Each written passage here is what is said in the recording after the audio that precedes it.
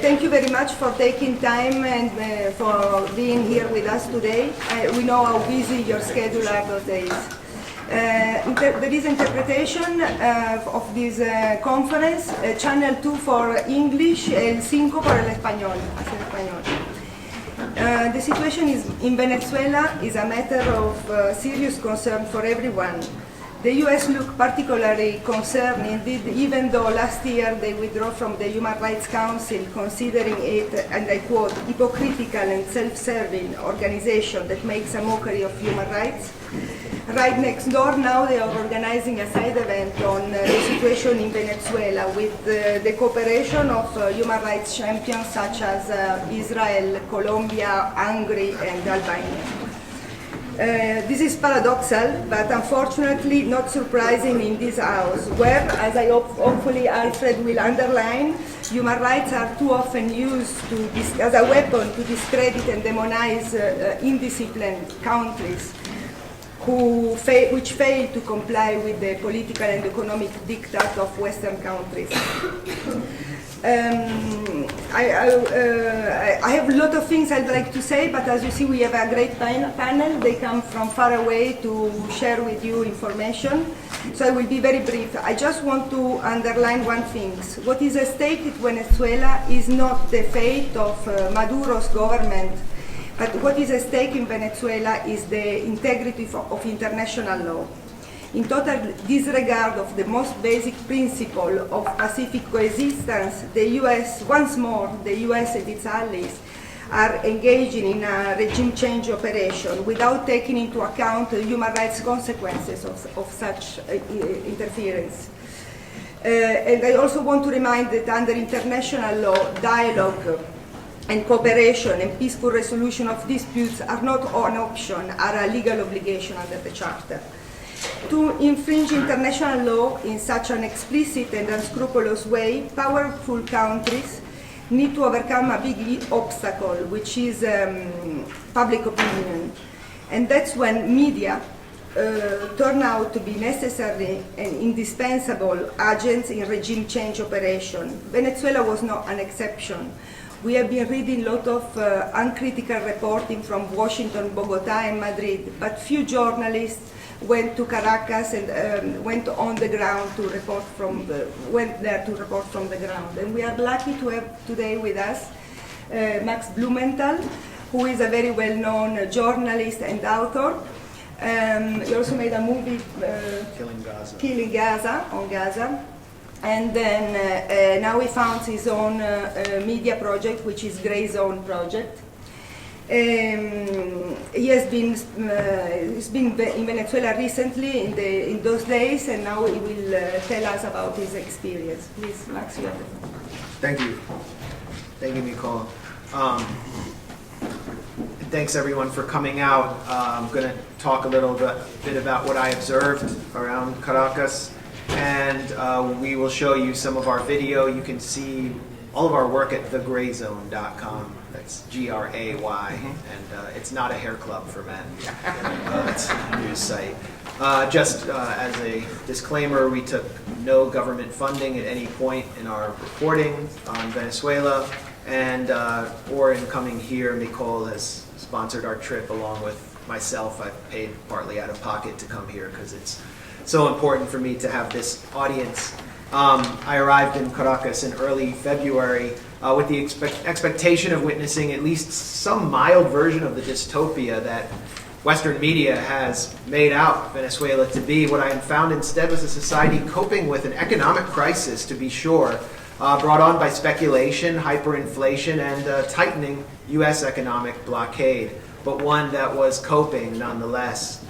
I came from Washington, D.C., where I live in one of the city's most neglected, impoverished communities in southeast Anacostia, whose residents are struggling to remain in their homes against rising rents and declining wages, and where I witnessed literally thousands of men and women sleeping in the streets every day just blocks from the White House. And, you know, coming from there, the situation around Caracas scarcely resembles a humanitarian crisis, at least as I understood it, especially after having worked so long inside and writing about the Gaza Strip, which is still under occupation and is the target of a project of Israeli apartheid. That's a real humanitarian crisis. It is a man-made humanitarian crisis. And speaking to my friend Tarek Lubani, who also works on Gaza, and hearing about the situation and having him tell me, well, it's slightly better. We now have 8 hours of electricity a day. That gives you a sense of the kind of double standards that we're operating from.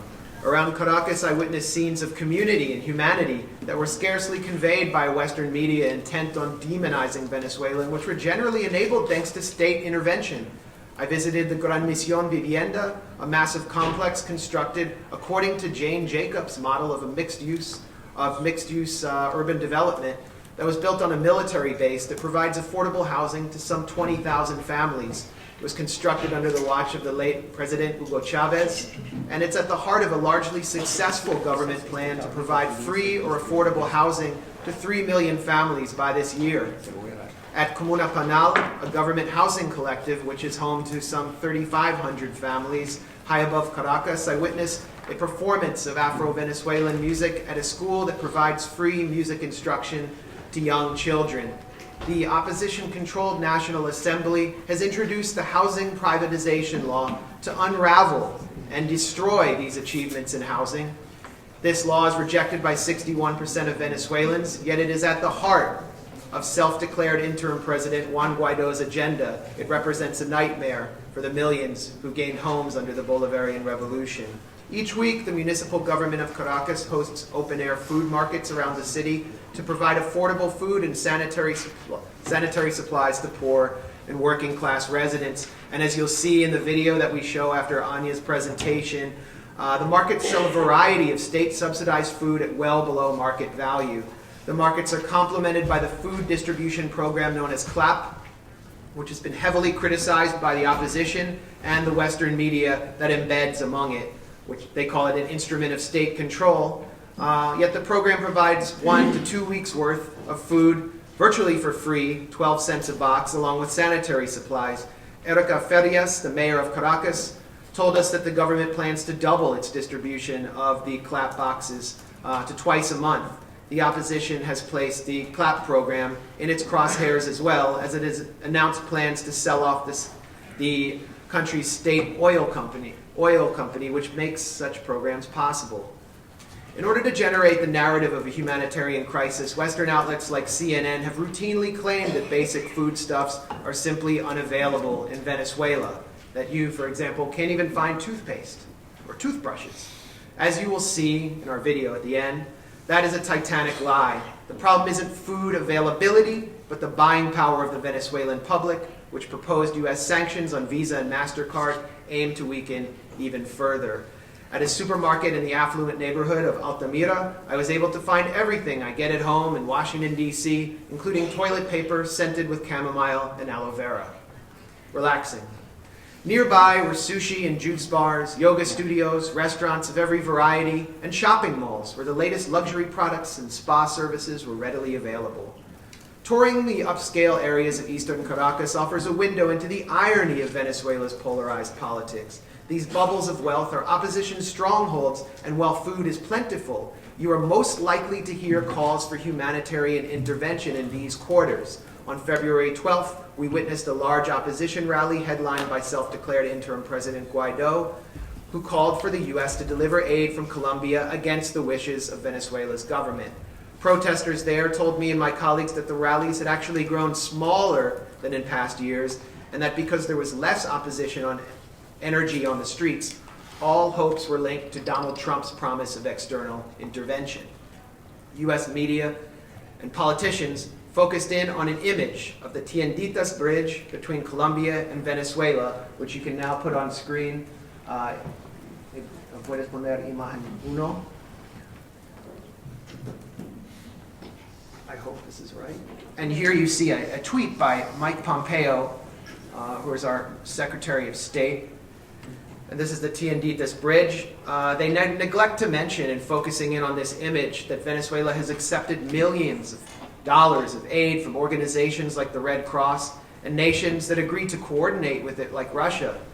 And that the Tienditas Bridge has actually been off limits to all traffic since it was built in 2015. This is not something that is new. And part of the reason that it's off limits, according to government officials I spoke to, is that Colombia refuses to coordinate customs with the Venezuelan government. There's a black market. There are all kinds of things coming across the border. It's ironic when Donald Trump wants open borders, isn't it? The opposition's plan for humanitarian intervention culminated with an international media extravaganza at the Santander Bridge, not far from the Tienditas Bridge, between Colombia and Venezuela on February 23rd. The attempt to ram trucks across the border loaded with a few $1 million worth of boxes provided by the U.S. Agency for Aid and International Development, with no program for distributing the aid, was quite transparently a provocation aimed at generating the political escalation necessary to stimulate a wider U.S. intervention. And it failed in dramatic fashion, as the violent hooligans ferried by Colombian security services onto the bridge wound up burning the aid trucks with their own Molotov cocktails. At the Grayzone, we were branded as conspiracists for being among the first English language outlets, perhaps the first, to report the fact that the opposition had burned the aid trucks itself. Meanwhile, everyone from Senator Marco Rubio to Colombian President Ivan Duque to USAID Director Mark Green to New York Times correspondent Nicholas Casey falsely blamed Maduro for burning the aid trucks. 2 weeks later, the New York Times wound up confirming what we at the Grayzone had already reported, exposing the U.S. public to one of the many deceptions at the base of the push for regime change in Venezuela. The deceptions continued through the electricity blackouts that hit Venezuela on March 7th, just days after Juan Guaido's return from Colombia, when the hydroelectric plant at Guri Dam was mysteriously collapsed. U.S. correspondents have dismissed the government's claim of sabotage as more conspiracism, even as substations subsequently exploded and oil facilities blew up in the Orinoco Belt. At the Grayzone, I reported on a stunningly cynical memo produced in 2010 by the U.S.-funded soft power outlet known as Canvas, which was responsible for training Juan Guaido and his cadre as youth activists. The memo, authored by Sergej Popovich, who is now rector at St. Andrews University somehow, advised them to exploit looming electricity failures to create a quote-unquote watershed event that would, quote, likely have the impact of galvanizing public unrest in a way that no opposition group could ever hope to generate. Disturbing. I want to show you an image from another deception, which is upon us today and this week from Reuters, image 2. And this, well, you can see what it says. It says, desperate Venezuelans swarm sewage drains in search of water. The Venezuelans are just so stupid or dirty that they just are willing to drink sewage, something no people would do. Actually, the image shows people drinking from an underground freshwater spring that flows into the Guaire River, which many Caracas residents rely on regular occasions, even not during blackouts. As our friends at Venezuela Analysis pointed out, the framing of the photo by Reuters and other embedded outlets was an insult to the poor and working people of Venezuela, suggesting, again, that they were stupid or crazy enough to drink raw sewage. Sorry, it didn't happen. In fact, poor and working class Venezuelans that we spoke to and who most strongly resist the U.S. coup have been imbued with a consciousness that is consistently underestimated in Washington. They have resisted an economic war that's growing more relentless by the day, and they understand that the opposition intends to return them to a time when they were totally politically and economically excluded from their own society. That's why the coup has failed so far, because of them, and why it may never succeed. I hope our friends at the counter event take recognition of that. I'm here on behalf of the American majority, the United States American majority that favors diplomacy and dialogue over economic warfare. And I'm here to add my voice to Professor de Zayas' call for the United Nations to invoke Article 96 and refer unilateral coercive measures like U.S. sanctions to the International Court of Justice to be investigated as a war crime.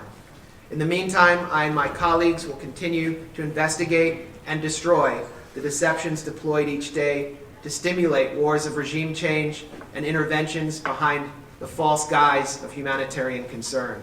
Thank you.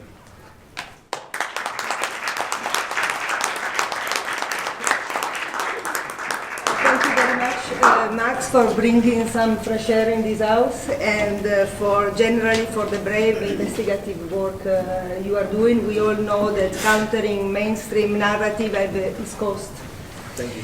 I now will give the floor to Anya Parampil. She's a former presenter and correspondent of RT America, and now she's a reporter at the Grayzone project. She also has been in Venezuela for a month. Yes, I was with Max in. I was with Max in Caracas for 3 weeks. We were in Venezuela.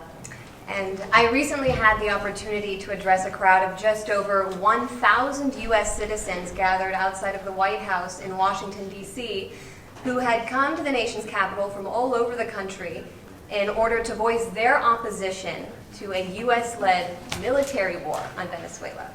My message was this: it's imperative that the U.S. public and the world resist any attempt to further militarize the crisis in Venezuela. However, we must understand the war against the country has already begun. Washington could not defeat Hugo Chavez, although it tried.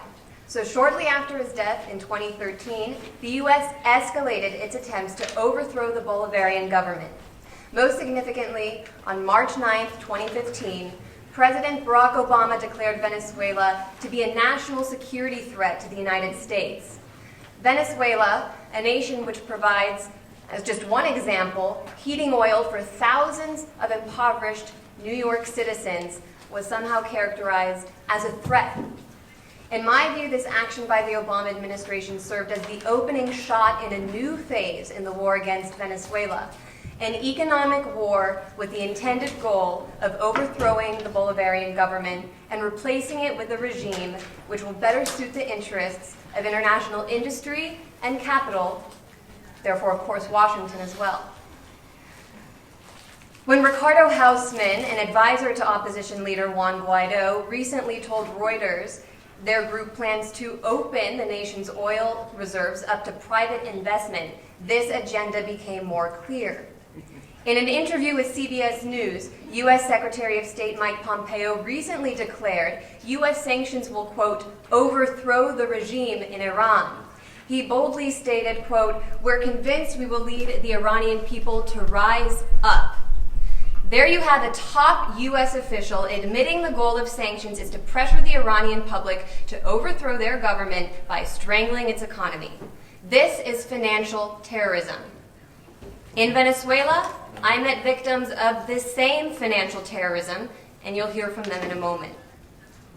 The U.S. policy of coercive unilateral sanctions should be seen for what it is, collective punishment, which according to Article 33 of the Geneva Convention is a war crime. The U.S.-led war on Venezuela has already begun. The U.S. tells us in Europe and the States that this policy is justified because it must restore democracy in Venezuela. Yet in Venezuela, I witnessed a system that is in many ways more democratic than the one I'm subject to in the United States, where my fellow citizens do not have public health care, are deprived of economic security, and are subjected to one of the most sophisticated and aggressive government surveillance apparatuses in the world. But these are subjects for another time. Having been in Venezuela recently, I know the U.S. goal is not to restore democracy. How do I know that? Because I've learned the Venezuelan opposition is anti-democratic. In fact, it is violent and oppressive in its nature. During what Western media describes as protests in Venezuela in 2017, the opposition set up roadblocks in order to cut off parts of the country from the rest and hurt the economy. I actually spoke with one journalist, Victor Hugo Manajo, who told me residents living in his Caracas suburb were unable to leave, trapped under siege after opposition militants shut down the main bridge which leads in and out of the town for at least 2 weeks. As a journalist who witnessed Occupy Wall Street and Black Lives Matter protests for years in the States, I saw the harsh police response and shuddered to think what would happen if U.S. citizens attempted such violent actions.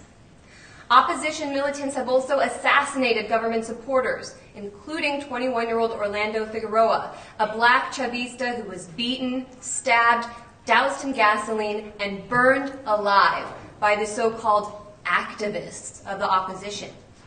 Just last week, his mother told UN investigators in Caracas that the opposition are not, quote, peaceful demonstrators. They are bloodthirsty. And I can second her statement. Through my own experience with opposition supporters, which is obviously less extreme than her son's, but still notable. When I recently tweeted out a video in support of the U.S. march in Washington to resist a war on Venezuela, I was flooded with thousands, and you can see them online, thousands, 5,000, messages from the opposition wishing death on me and my non-existent children, calling my mother a dog. These are the people my government would like to have restore democracy in Venezuela. On February 23rd, when the U.S. orchestrated a media circus on the border with Colombia in order to justify further intervention, and failed, by the way, only because the Venezuelan public and military were prepared to fight back, I attended an opposition rally in Caracas. I want you to watch the way these people treated a Spanish journalist who attempted to report from the scene, explaining that the opposition didn't necessarily represent the majority in Venezuela and that a pro-government rally was also taking place that day. Yeah.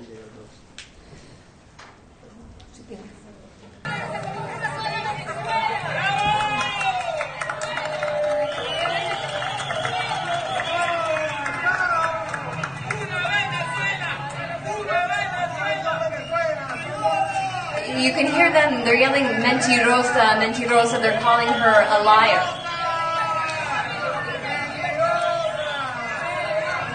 I think you get the idea. She was unable to finish her report because a mob surrounded her and prevented her from telling a simple truth. Simply, all she wanted to say was that these people weren't necessarily the majority in the country. Just as they mobbed me online in an attempt to bully me for organizing a protest to resist U.S. military intervention in their country. And I don't doubt for a moment they targeted me because I'm a young woman they believe they can easily silence. I'm a little less intimidating than Max, if you don't know me. This is the heart and soul of the Venezuelan opposition. These are the supposed Democrats. Members of the Venezuelan opposition insisted to me that President Maduro bribes his people to vote for him by giving them food and other social programs.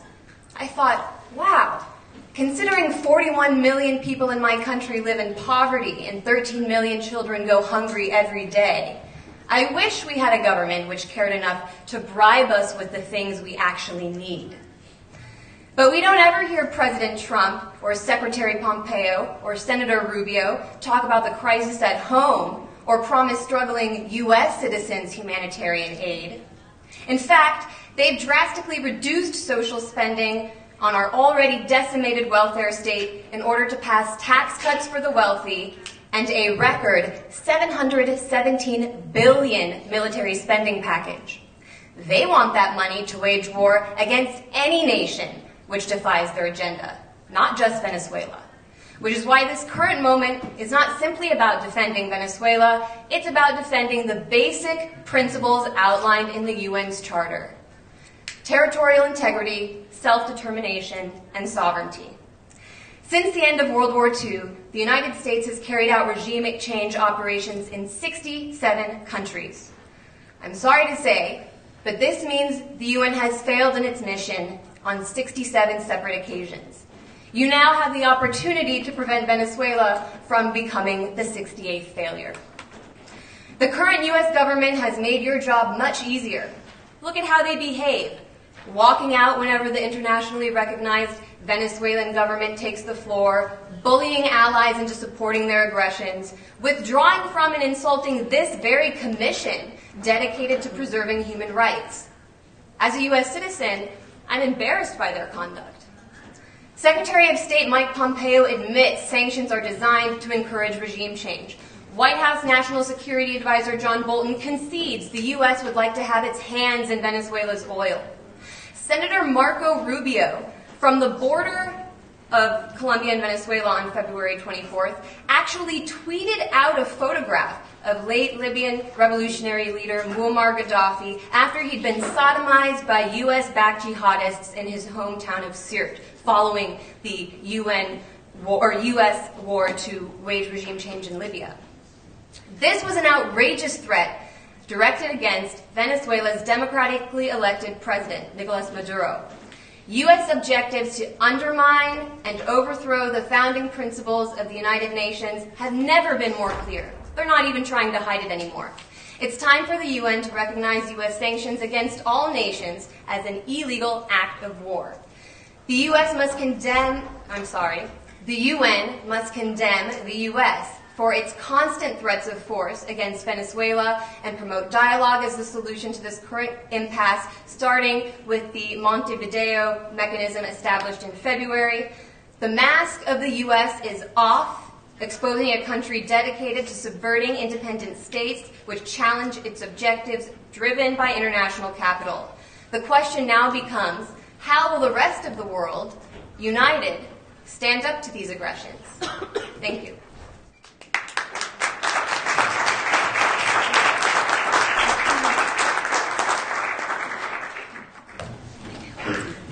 Thank you very much, Anya, and we assure you that we are doing our best to denounce the U.S. Yes, I don't mean to say that the UN is not a wonderful organization. No, we are trying very It's just hard. time to achieve your full potential. Yeah.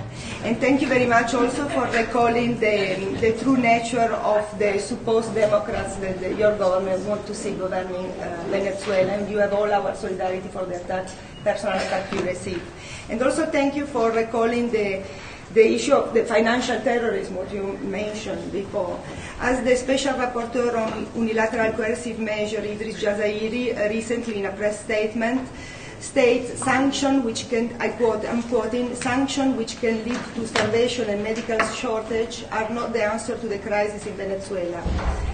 He expressed a particular concern regarding... Sorry to interrupt. No, We forgot to show our video. Okay, now we show. Okay.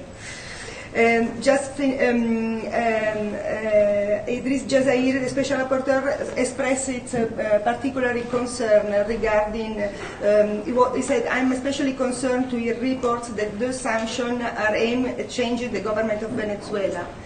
Coercion, whether military or economic, must never be used to seek a changing government in a sovereign state. The use of sanctions by outside powers to overthrow an elected government is a violation of all norms of international law. We thank the Special Rapporteur for this, for taking stand in defense of international law.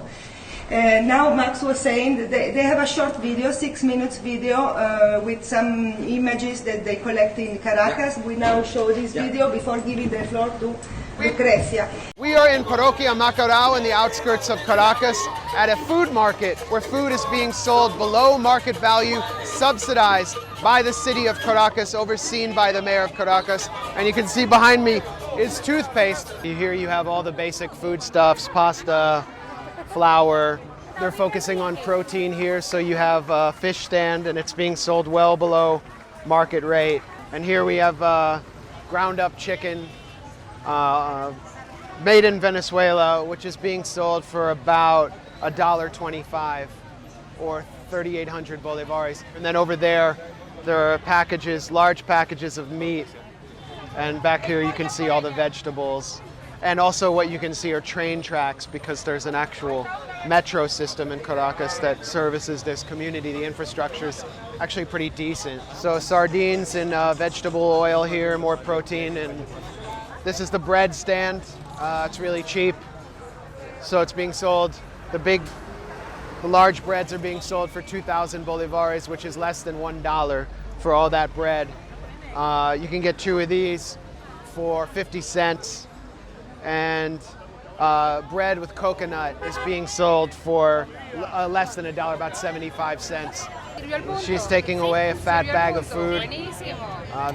We're in a barrio of Caracas called Los Jardines del Valle. We're waiting with a group of people who are here for CLAT. It's a government program in partnership with community groups that distributes a box of basic food goods every single month.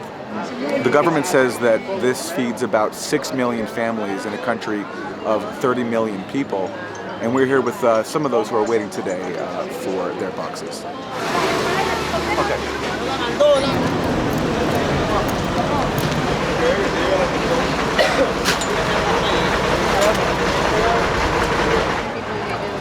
They say a lot that they actually. And what should people outside of Venezuela know about the food situation right now? Is it fair to say, as we often hear, that there is a humanitarian crisis in Venezuela? Bueno, básicamente una crisis humanitaria no existe. Hay una crisis de distribución de alimentos. Hay una crisis de especulación de los costos de los alimentos, pero alimentos hay. Se pueden conseguir, pero los precios es lo que nos tiene atosigados, lo que no nos permite acceder a ellos, pues. So one resident who received the clapback has let us borrow it just to show you what's in it. All the products here are made in Venezuela, and we also see we have some soybean oil, and this soybean oil apparently is made by the government of Venezuela. I'm Anya Parampil reporting from Simón de Bolívar Square in Caracas, where thousands of Venezuelans have been waiting in line for hours to sign an open letter to the American public denouncing U.S. intervention and aggression against their country.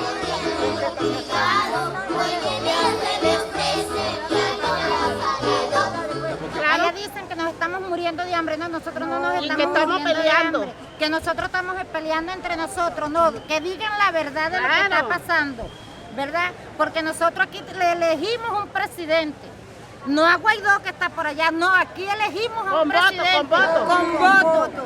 ¿Ve? Y lo proclamó el pueblo. Bueno, ellos están quedando mentiras, porque yo estoy viendo que el pueblo está apoyando a Nicolás Maduro. Veo que la gente está viniendo a su firma, porque en verdad que, bueno, sí, el país está en crisis, pero también es por el bloqueo que tienen los otros países hacia el país. Yo estoy aquí por la paz. Yo quiero firmar por la paz, porque yo no creo que haya ningún intervencionismo aquí. Nosotros vamos a firmar para eso, para que no venga esa guerra aquí. No queremos guerra, aquí lo que queremos es paz y felicidad y amor.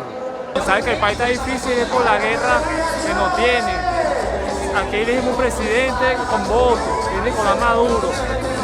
Que cese ya la guerra y la violencia hacia el socialismo, por favor, queremos paz. We're at a supermarket in Caracas called Gama. This is cheeses. There's a lot of cheeses and meats here. People here like meat, and there's a lot of meats. Okay, we got like congealed meat. We got like so much meat. There's a lot of meat here. I mean, a lot of tomato sauce. You can see the aisles are pretty full of stuff. I mean, they got a whole aisle for pasta. A lot of people love yogurt here. Man. There's energy drinks, all kinds of drinks. Sugars. Got my toilet paper. This toilet paper has chamomile, manzanilla's chamomile. This is the fruit section. We got a lot of mangoes. There's actually a lot of new beers coming onto the Venezuelan market. They're kind of getting into craft beer. Got wine, a good decent wine section. They have some Chilean wines here. I'm Max Blumenthal here in the Chacao district, very affluent area of Caracas, for a major opposition demonstration on the 5th anniversary of the Guarimba protests. And people are here. They've just seen Juan Guaidó speak. They're very fired up. And the main call here is for humanitarian aid. And so you're calling for humanitarian aid. Of course, that we need it. Right. We need it. We need it. We are in a lot of need. Are you hungry? Yes. What would you eat? Well, anything that I have in my house, but I have to work all day long. Yeah. And then go out to find something to buy. And the prices are too high. Very high, very high. It's like a bunch of kale. It costs 6,000 bolívares. Sin embargo, yo tengo aquí como una hora y he visto pasar gente en sillas de ruedas. Las tallas, te invito a ver la talla de mi pantalón. Yo he perdido más de 10 kilos en 2 años. Protestando porque queremos vivir en libertad, vivir en democracia. Y si no manifestamos, y si no nos ven que estamos disgustados, la gente piensa que estamos bien, como dijo la reportera, que aquí no hay ningún problema porque hay McDonald's y hay Farmatodo.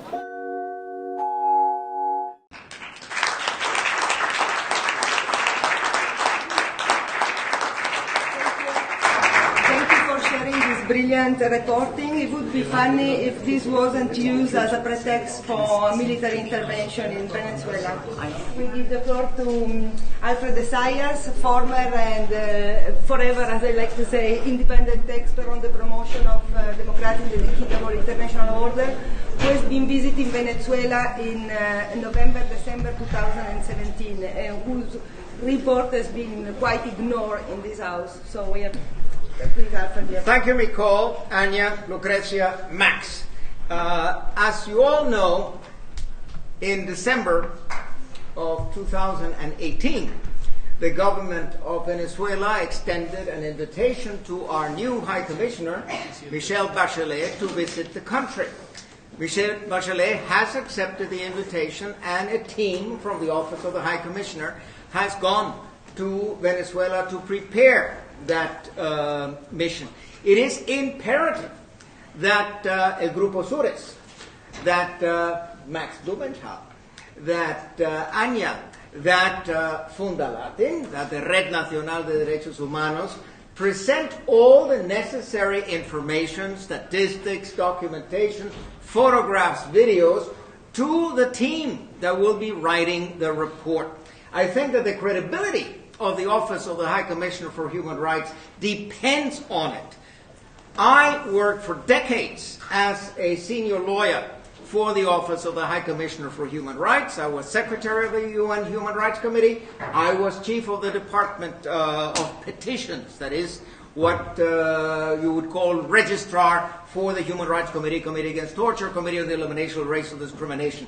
I think that the two reports of the prior High Commissioner for Human Rights, Zeid Ra'ad El Hussein, were unprofessional, just simply unprofessional, because they violated the most fundamental principles of methodology, the principle audiatur et altera pars, that you have to listen to all sides and you have to reflect the information you get from all sides and not that which you get from the political opposition. So that those two reports, unfortunately, are political pamphlets. And that is unworthy of the Office of the High Commissioner for Human Rights. Now, what do we want in the report of Michelle Bachelet? First of all, it is imperative not just simply to say there is an economic crisis. We know that already. There is hunger. We know that already. There are problems of distribution. We know that. What she has to find out is why. Which are the causes of this so-called humanitarian crisis? She has to go into the internal and external economic war, because it's not just the sanctions, it's not just the financial blockade, it's not just the induced inflation. By the way, the best book that I know in the field, and I don't know whether she's in the room, I saw her earlier today, is Professor Pascualina Curcios, La Mano Visible del Mercado. This is an indispensable book. It's been translated into English. In any event, when Michelle Bachelet goes there, when she studies the documentation, she will realize the adverse impacts of the sanctions. And I would like to applaud my colleague Idris Yasairi. He was very courageous in bringing out the press release that he recently did, because we are swimming in an ocean of lies. I must say, when I went to Venezuela, I expected to find a humanitarian crisis. I was predetermined to find a humanitarian crisis. I walked the streets, I spoke to people of all kinds, and that was not the case. That means I had been manipulated, I had been lied to, and I resent that. Now, I was in Venezuela from the 26th of November to the 5th of December of 2017. And I spoke with the opposition, with Fede Cámaras, Chamber of Commerce, with the churches, with professors, with students, with the opposition NGOs, including Human Rights Watch and Provea. I gave the government, upon leaving personally to the Foreign Minister Arriaga, I gave him a 6-page memorandum with a number of recommendations and a number of petitions. I wanted him to do certain things. I asked for the release of 23 people. 80 people were released. I asked for increased cooperation with FAO. That was granted. And just to give you another opposition, when you are positive, last word, when this is not the way to decide. Look, I have had to wait 10 minutes and 15 minutes for a panel. My last word, because I think this is, when you have good faith, you can get results. When you are clean and transparent, you can have good results. I asked Arriaga personally for the release of the German journalist Billy Six. I have been pleading for his release for 2.5 months. Last Saturday, Billy Six was released. What does that tell you? That if you have good faith, if you want to mediate, if you want to have dialogue, the government is willing to have dialogue. But if all you want to do is say, Maduro is corrupt and Maduro is a criminal, then you're not likely to get any cooperation from the government. Most important, let's support the Montevideo mechanism. This is the way forward. Thank you.